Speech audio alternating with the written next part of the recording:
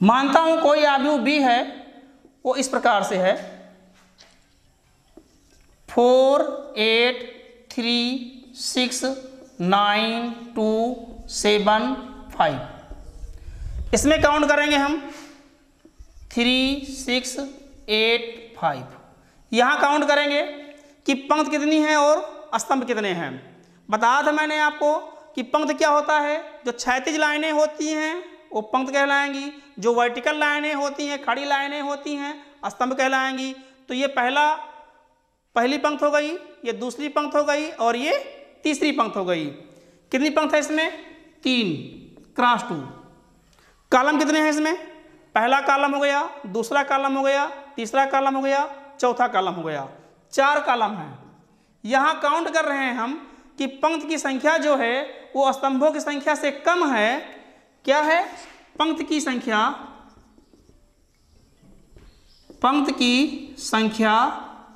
Is less than स्तंभों की संख्या।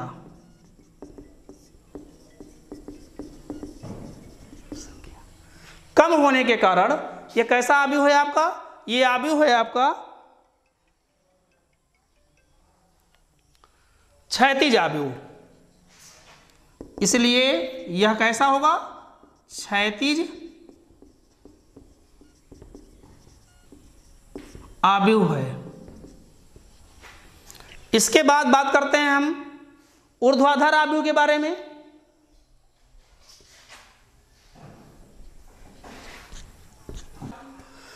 चर्चा करते हैं हम ऊर्ध्वाधर आव्यूह की। ऊर्ध्वाधर आव्यूह, ऊर्ध्वाधर आव्यूह होता क्या है? क्षैतिज आव्यूह का जस्ट व्युत्क्रम होता है। व्युत्क्रम कैसे होगा? इसमें पंक्तियों की संख्या कम होती थी स्तंभों की संख्या से, इसमें इसी का उल्टा हो जाएगा, पंक्तियों की संख्या ज्यादा होगी, स्तंभों की संख्या कम होगी। अर्थात वह आव्यूह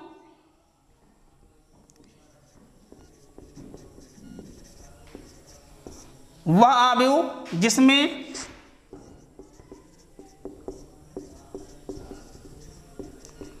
पंक्तियों की संख्या स्तंभों की संख्या से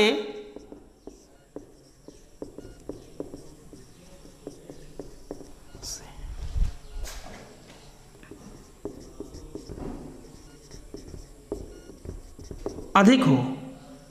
पंक्ति ज्यादा रहेगी, स्तंभ कम रहेंगे, क्या कहलाएंगे? अर्थात यम इज ग्रेटर देन एन, कमा ऊर्ध्वाधर आव्यूह।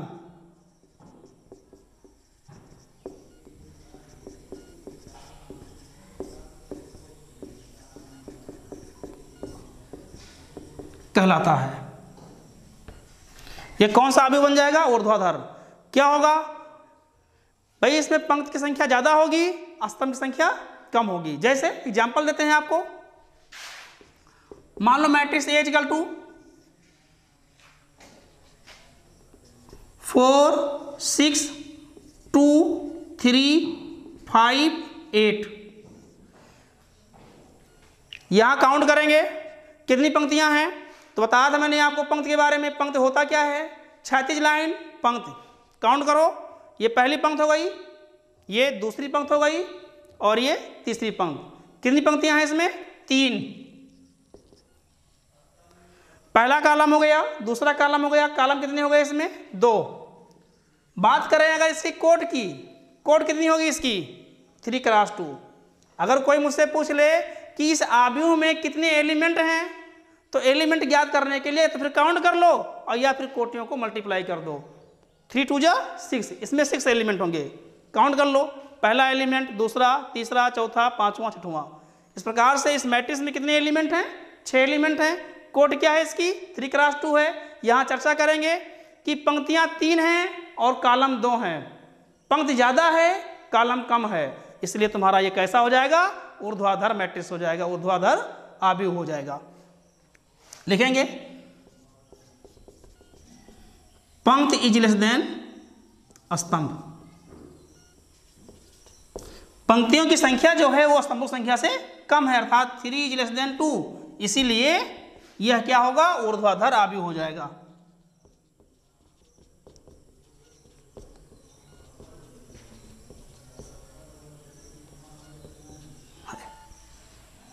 Note this point.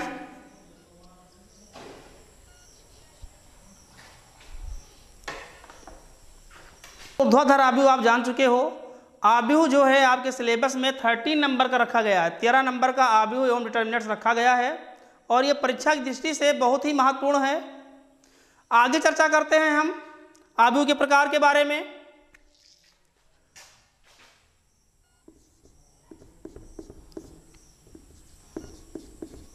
वर्ग आव्यूह, इसे कहते हैं स्क्वायर मैट्रिक्स।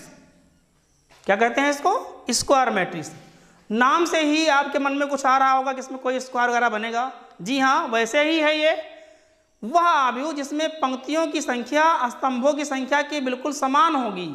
क्या कहलाएगी वो, वर्ग आव्यूह कहलाएगा। अर्थात वह आव्यूह जिसमें पंक्तियों की संख्या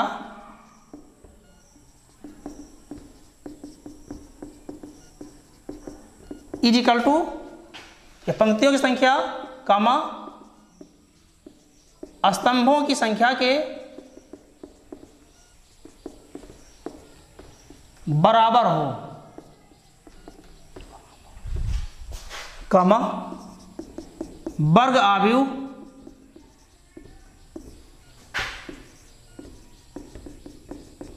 कहलाता है। जैसे मैट्रिक्स ए इक्वल टू 2 4 6 8। यहां देखेंगे कितनी पंक्तियां हैं इसमें, तो पंक्ति तो काउंट करना जान चुके हैं आप लोग। क्षैतिज लाइन पंक्ति, 2 पंक्तियां हैं, 2 कॉलम है, 2 क्रॉस 2। यहां देखेंगे पंक्ति की संख्या स्तंभों की संख्या के बिल्कुल बराबर है, इसलिए तुम्हारा क्या बन जाएगा, ये वर्ग आव्यूह हो जाएगा। एक एग्जांपल और लेता हूं, 8 9 2 5 6 7 4 1 5। इसमें काउंट करेंगे कितनी पंक्तियां हैं, तो इसमें 3 पंक्तियां हैं और 3 कॉलम हैं। देख रहे हैं यहां पर कि पंक्तियों की संख्या जो है वो स्तंभों की संख्या के जस्ट बराबर है, और बराबर होने के कारण ये कैसा बन जाएगा, वर्ग आव्यूह हो जाएगा। Note this point.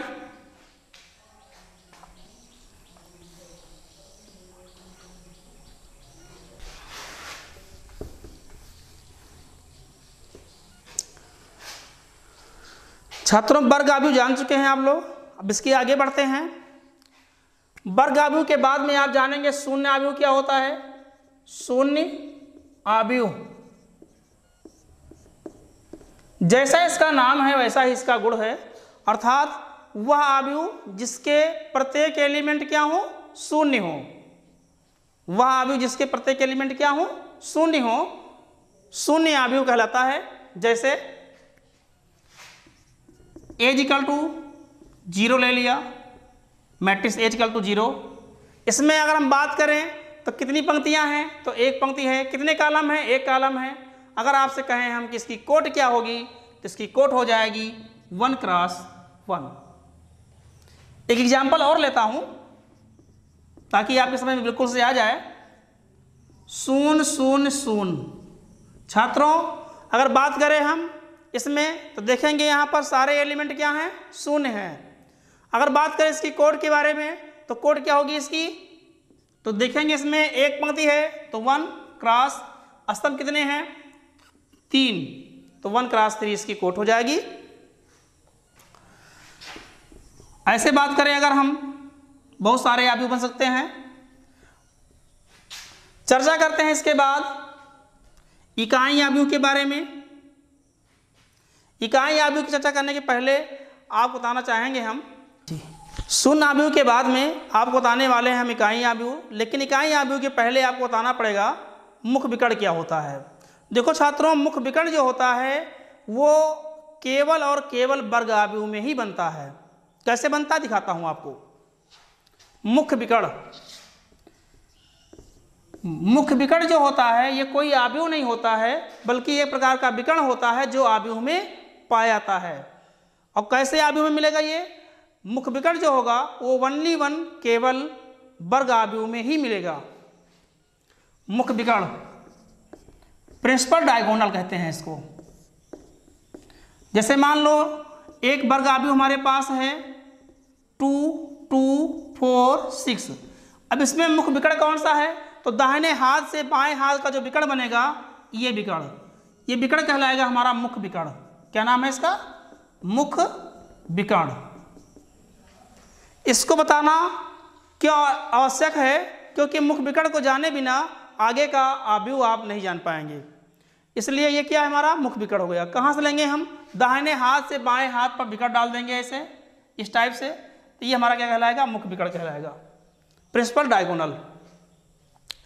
एक एग्जांपल और लेता हूं जो 3x3 का मैट्रिक्स है। A = 4, 6, 8, 9, 3, 2, 5, 6, 4। इसमें बताएं आप लोग कि मुख्य विकर्ण कौन होगा? तो जाहिर सी बात है कि विकर्ण कहाँ बनता है? वर्ग आव्यूह में बनेगा। क्या बताया था मैंने कि राइट साइड से यहां से लेकर के ये हमारा क्या कहलाएगा? मुख्य विकर्ण कहलाएगा। मुख्य विकर्ण। आशा करते हैं कि आप लोग मुख्य विकर्ण निकालना जान गए होंगे। तो इसके आगे आव्यूह के प्रकार चर्चा करते हैं हम। Note this point.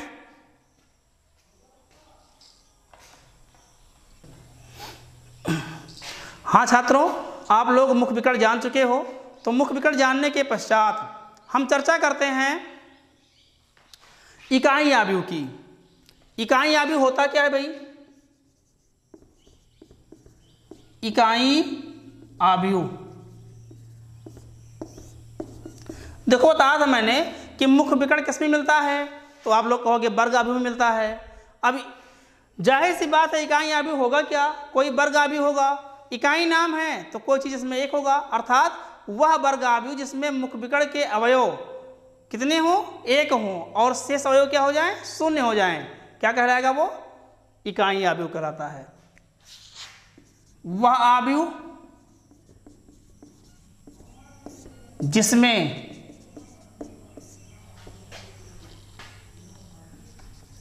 मुख्य विकर्ण, आप लोग मुख्य विकर्ण से परिचित हो गए हो। मुख्य विकर्ण क्या होता है? इसके पहले बताया था मैंने आपको कि राइट साइड से लेफ्ट साइड तक विकर्ण डालेंगे, उस विकर्ण के एलिमेंट कहलाते हैं मुख्य विकर्ण के एलिमेंट। तो वही हमारा क्या है? मुख्य विकर्ण। मुख्य विकर्ण के अवयव क्या हो? मुख्य विकर्ण के अवयव इकाई माने क्या होता है भाई? इकाई माने होता है एक। इकाई मीन्स एक हूं, तथा अन्य अवयव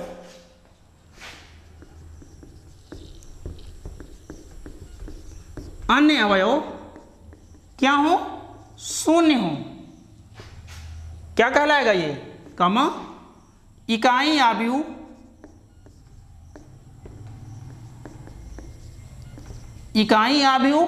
या तत्समक आव्यूह कहते हैं इसको। तत्समक आव्यूह कहलाता है। अच्छा, इस आव्यूह को ज़्यादा महत्व क्यों दे रहे हैं? क्योंकि इसका यूज ज़्यादा है। इसे आई से व्यक्त करते हैं, इसे कैपिटल आई से व्यक्त करते हैं। जैसे I2, आई यहां पर ये 2 क्या दिखा रहा है भाई? चर्चा करेंगे कि यहां पर आई तो ठीक है, इकाई आव्यूह को मैं आई से व्यक्त करता हूं, ठीक है, लेकिन यहां पर I2 लिखा मैंने, ये 2 का मतलब क्या है? बेटा यहां पर डेफिनेशन देख लो आप, वह वर्ग आव्यूह जिसमें मुख्य विकर्ण के अवयव क्या हो? इकाई हो। यहां पर 2 लिखा है, इसका मतलब क्या है? ये 2x2 का वर्ग आव्यूह होगा। कितने का होगा? ये 2x2 का वर्ग आव्यूह हो जाएगा। I2 का मतलब क्या हुआ? इसमें 2x2 का बनेगा वर्ग आव्यूह। बताया मैंने कि प्रिंसिपल डायगोनल जो होगा इसका वो 1 होगा, अर्थात 1 0 0 1।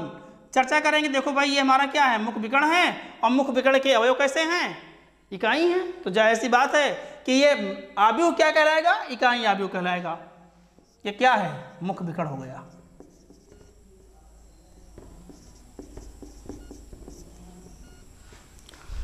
एक एग्जाम्पल और चाहेंगे लेना। अगर कहीं पे लिखा हुआ I3, भाई इसका क्या मतलब हुआ, इसका मतलब हुआ कि जो हमारा इकाई आव्यूह बनेगा वो 3 क्रॉस 3 का बनेगा। जैसे यहां बनाएंगे हम तो 1 0 0 0। तो यहां पर देखेंगे हम कि मुख विकर्ण के अवयव कैसे हैं, इकाई हैं। ये आव्यूह कैसा होता है, वर्ग आव्यूह होता है। वर्ग क्यों होता है, क्योंकि इसमें जितनी पंक्तियां होंगी उतने ही कॉलम होंगे। 3 पंक्तियां हैं, 3 कॉलम हैं। कोट क्या होगी इसकी, 3 क्रॉस 3। तो आप लोग कोट के बारे में जान चुके हो, आव्यूह क्या है ये जान चुके हो, आव्यूह के प्रकार में। और आगे बढ़ते हैं हम। Note this point.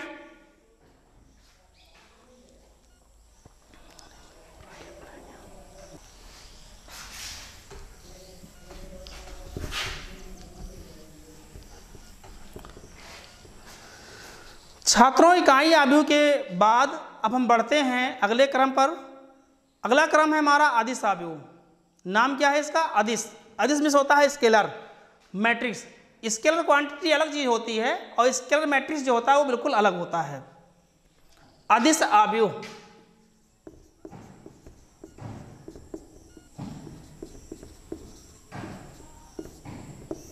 इसे कहते हैं इंग्लिश में स्केलर मैट्रिक्स। ये कौन सा आव्यूह है भाई, ये भी एक प्रकार का वर्ग आव्यूह ही होता है। क्या होता है, वर्ग आव्यूह। इसमें क्या होता है, इसमें मुख विकर्ण के अवयव जो होते हैं वो समान होते हैं,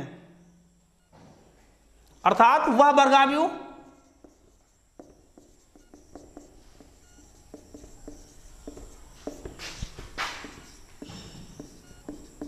जिसमें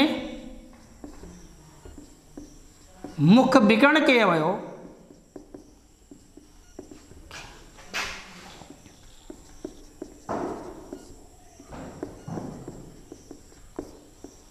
समान हो, कामा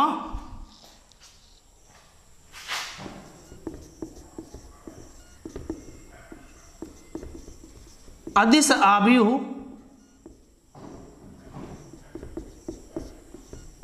कहलाता है। यहां पर एक बात यह है कि मुख विकर्ण के अवयव समान हो लेकिन इकाई ना हो। अगर इकाई हो जाएगा तो वो इकाई आव्यूह कहलाएगा। यहां पर इकाई नहीं होना हो उसको।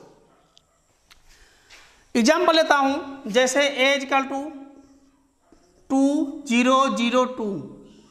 यहां पर देखेंगे ये इकाई तो है नहीं, और कितना है ये भी एलिमेंट और ये एलिमेंट, दोनों एलिमेंट क्या है, बिल्कुल समान है। मुख विकर्ण के अवयव क्या है, समान है। और जब समान है तो कौन सा आव्यूह हो जाएगा, ये अदिश आव्यूह हो जाएगा। एक एग्जाम्पल और लेता हूं मैं, b = 4 0 0 0 4 0 0 0 4। यहां देखेंगे ये हमारा मुख विकर्ण बन रहा है। मुख विकर्ण के एलिमेंट क्या हैं, समान हैं, और समान होने के कारण ये क्या हो जाएंगे, अदिश आव्यूह हो जाएंगे। Note this point. छात्रों, ये इंटर का क्लास है और इंटर में आप पढ़ रहे हो आव्यूह। यहाँ पर हम विस्तार से पढ़ा रहे हैं ताकि आप जो है विस्तार से जान जाओ, क्योंकि यूपी बोर्ड में सब कुछ विस्तार से आता है। विस्तार से पढ़ाने मतलब ये हुआ कि आपको पूर्णतः जानकारी हो जाए मैट्रिक्स के बारे में। मैट्रिक्स है क्या, इसकी कोड क्या होती है, कौन कौन प्रकार होते हैं इसके। इसी प्रकारों की श्रृंखला में आगे बढ़ते हैं। हम बताएंगे आपको हम आव्यूह के प्रकार के बारे में। तो इसमें है अगला आव्यूह आपका विकर्ण आव्यूह। क्या नाम है इसका, विकर्ण। इसे कहते हैं डायगोनल मैट्रिक्स, विकर्ण आव्यूह।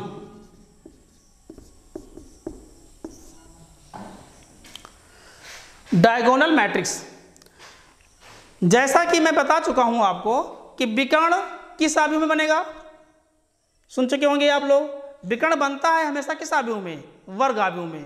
तो यहां पर जाहिर सी बात है कि विकर्ण किस में मिलता होगा? वर्ग आव्यूह में मिलेगा। अब विकर्ण आव्यूह है क्या?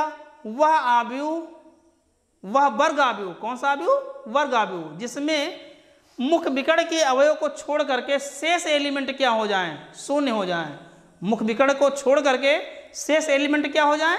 शून्य हो जाएं। क्या कहलाएगा वो? विकर्ण आव्यूह कहलाएगा।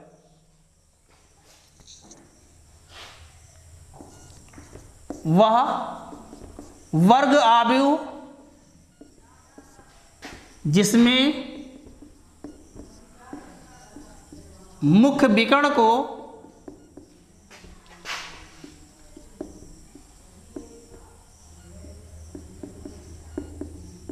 छोड़कर शेष अवयव क्या हो जाएं? शून्य हो जाएं भाई। शून्य हो कामा विकर्ण आव्यूह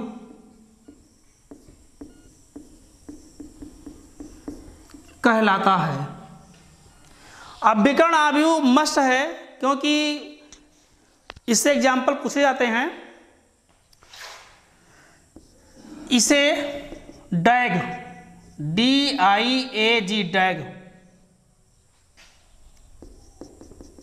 लगाकर व्यक्त करते हैं।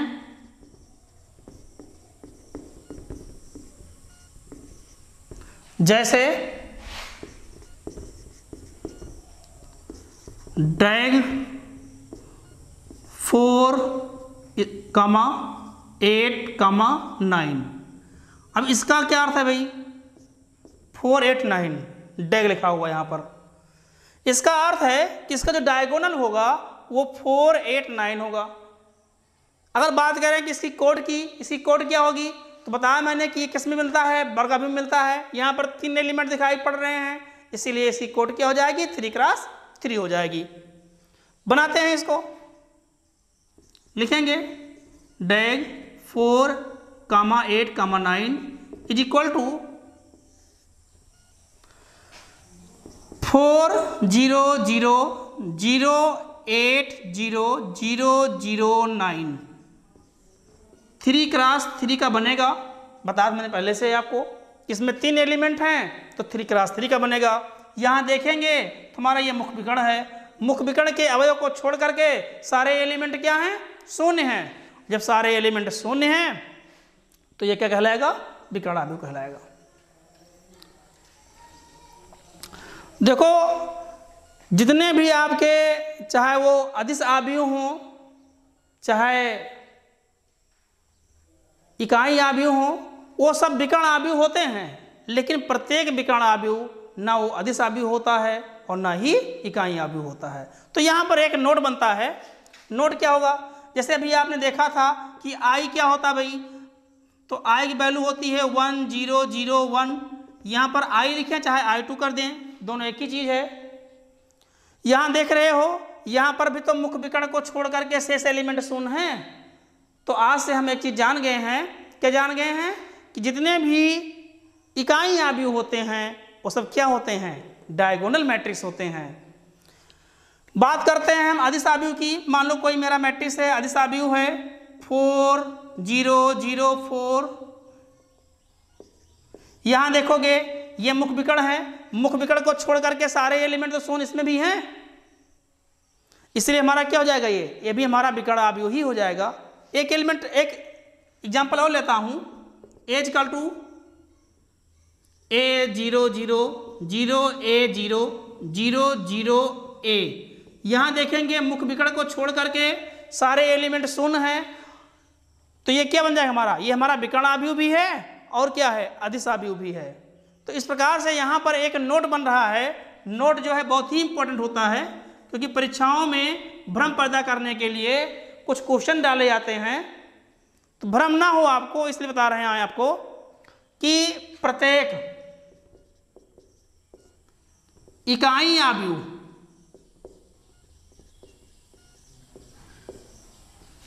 विकर्ण आव्यूह होता है। विकर्ण आव्यूह होता है। प्रत्येक इकाई आव्यूह क्या होगा? विकर्ण आव्यूह होगा। लेकिन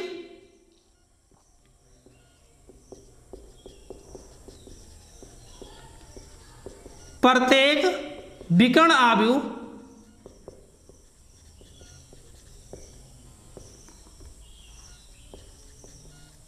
इकाई आव्यूह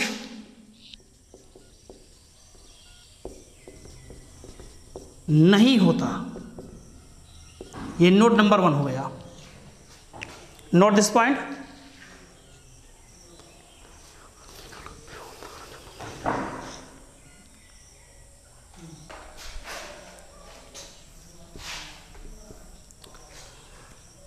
दूसरा नोट है, प्रत्येक अदिश आव्यूह, प्रत्येक अदिश आव्यूह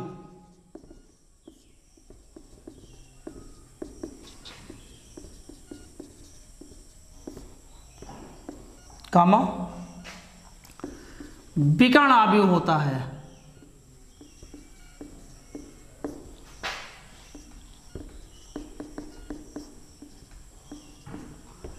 लेकिन इसका उल्टा लागू नहीं होगा। उल्टा मतलब क्या? उल्टा मतलब ये कि प्रत्येक अदिश आव्यूह क्या होगा? विकर्ण आव्यूह होगा। लेकिन प्रत्येक विकर्ण आव्यूह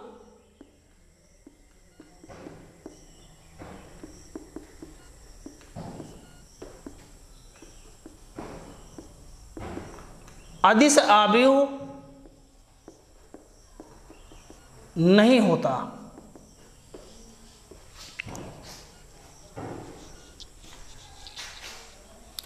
अब इसके बाद आव्यूह के प्रकार की श्रृंखला में आगे बढ़ते हैं हम। एक होता है उपर त्रिभुज आव्यूह।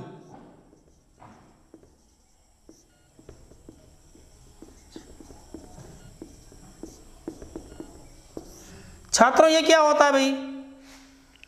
इसमें होता यह है कि मुख विकर्ण के ऊपर के अवयव को छोड़ करके नीचे के सारे एलिमेंट क्या होंगे? शून्य हो जाएंगे। अर्थात वह वर्ग आव्यूह जिसमें मुख विकर्ण के ऊपर के एलिमेंट को छोड़ करके नीचे के सारे एलिमेंट शून्य हो जाएं, क्या कहलाएगा? उपर त्रिभुज आव्यूह।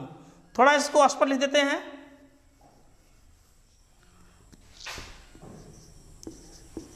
ऊपर त्रिभुज आव्यूह।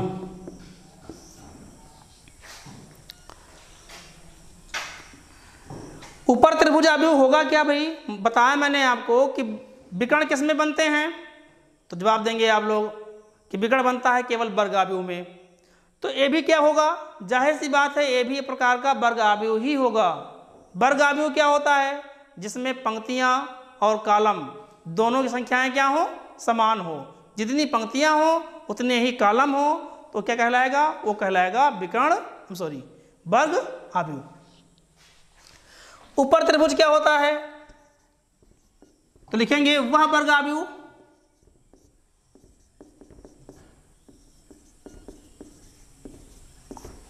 आव्यूह जिसमें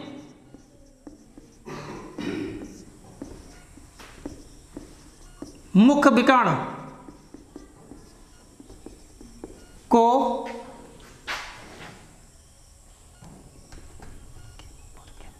मुख्य विकर्ण के ऊपर के अवयव को छोड़कर, मुख्य विकर्ण के ऊपर के अवयव को छोड़कर शेष अवयव शून्य हो, कामा ऊपर त्रिभुज आव्यूह कहलाता है। जैसे आपको दिया गया मैट्रिक्स A इक्वल टू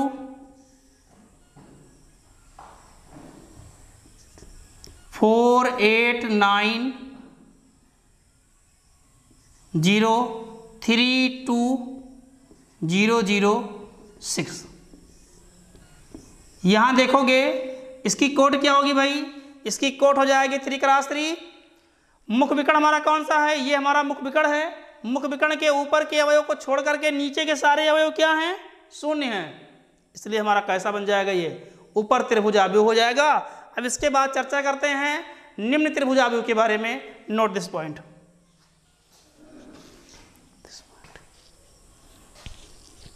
जी छात्रों, इसके बाद आगे बढ़ते हैं हम।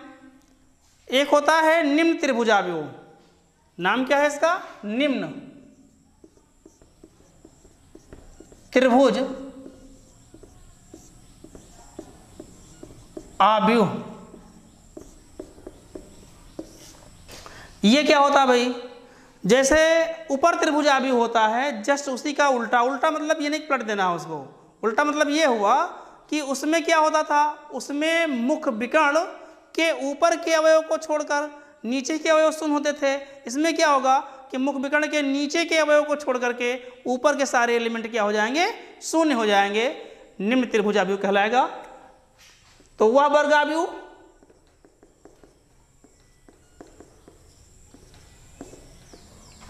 जिसमें मुख्य विकर्ण के नीचे के अवयव को छोड़कर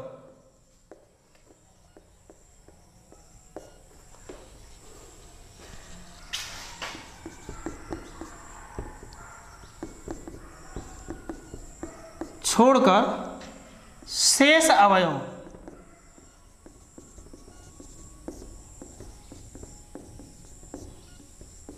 शून्य हो, कामा निम्न त्रिभुज आव्यूह